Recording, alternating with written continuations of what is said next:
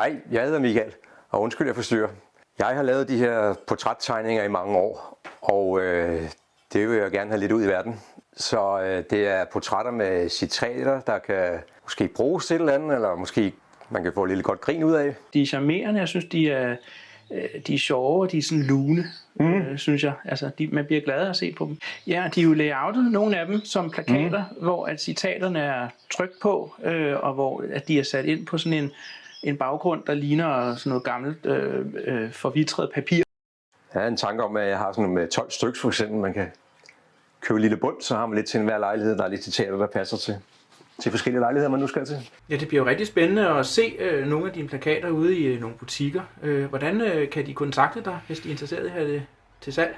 Ja, jeg håber, de lander derude på et tidspunkt. Så kan I kigge på linket. Jeg har en webshop, man kan kigge på, og så mail og telefonnummer. Så sender jeg også gerne lidt eksempler for at vise det frem.